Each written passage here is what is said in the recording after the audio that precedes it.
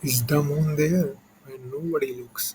ये क्वेश्चन मेरा नहीं, आइंस्टीन के दिमाग से उत्पन्न हुआ है, जो कि हम सबकी ही तरह यूनिवर्स को लोकली रियल समझते थे, जहां उनका रियल से मतलब था कि यूनिवर्स में कोई भी ऑब्जेक्ट की फिजिकल प्रॉपर्टीज उसके ऑब्जर्वेशन पर निर्भर नहीं करती। और लोकल का यहाँ मतलब है object can influence why its nearby surrounding and this influence can't travel faster than speed of light. लेकिन क्वांटम मैकेनिक्स में नील बोर के हिसाब से सारे क्वांटम ऑब्जेक्ट अपने सुपरपोजिशन स्टेट में ही रहते हैं जब तक उनको कभी मेजर ना किया जाए। और यदि दो क्वांटम ऑब्जेक्ट एक दूसरे से इंटेंगल्ड हो जाएं, तब उनका एक दूसरे पर लगने वाला इफेक्ट उनके एक दूसरे से होने वाली दूरी पर निर्भर नहीं करता, चाहे ये दोनों क्वांटम ऑब्जेक्ट कितने भी लाइट ईयर दूर क्यों ही ना रख दिए जाएं।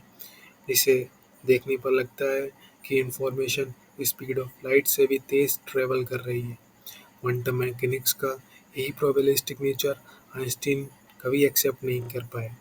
इसीलिए 1935 में आइंस्टीन ने अपने दो साथी Boris Podolsky and Nathan Rosen के साथ एक पेपर पब्लिश किया, जिसका नाम था can quantum mechanics description of physical reality we consider complete, जहां उन्होंने ईपीआर पैराडॉक्स को प्रपोज किया और बताया कि रियलिटी को क्वांटम मैकेनिक्स से समझने के लिए क्वांटम थ्योरी को हिडन वेरिएबल्स की नीड पड़ेगी। 1960s तक फिजिसिस्ट दो कम्युनिटीज में डिवाइड हो चुके थे, एक वो जो बोर्स की क्वांटम थ्योरी में बिलीव करते थे, दूसरे वो जो यूनिवर्स को आइंस्टीन की तरह लोकली रियल मानते थे। लेकिन साल 1964 में एंट्री होती है जॉन स्टीवर्ट वेल की। उन्होंने इस डिबेट को सुलझाने के लिए अपनी एक मैथमेटिकल थ्योरम को प्रपोज किया। इसमें उन्होंने एक कंस्ट्रेंट को प्रेजेंट करते हुए बताया कि ये कंस्ट्रेंट वायलेट होता है तो क्वांटम थ्योरी करेक्ट है, वरना आइंस्टीन के थॉट ही रियल माने जाएंगे। बाद में इस कंस्ट्रेंट का नाम बेल इनइक्वालिटी दिया गया। वेल की थ्योरम को तीन physicist Alain Aspect, John F Clauser और एंटन जेलिंगर ने एक्सपेरिमेंटली प्रूव किया, और तीनों के एक्सपेरिमेंट में वेल की इनइक्वालिटीज वायलेट हो गई। इससे क्लियर हो गया कि क्वांटम थ्योरी करेक्ट है और प्रोबेबिलिस्टिक नेचर रखती है, मतलब रियलिटी इज नॉट रियल।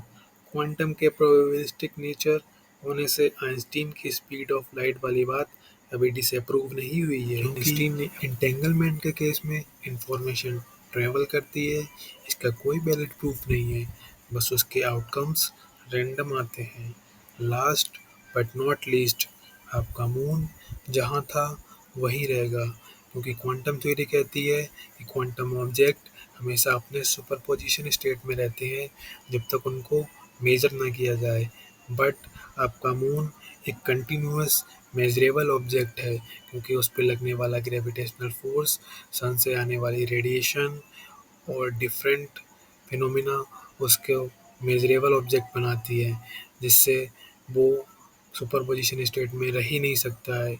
मतलब आप उसको देखें ना देखें, वो जहाँ था वहीं रहेगा।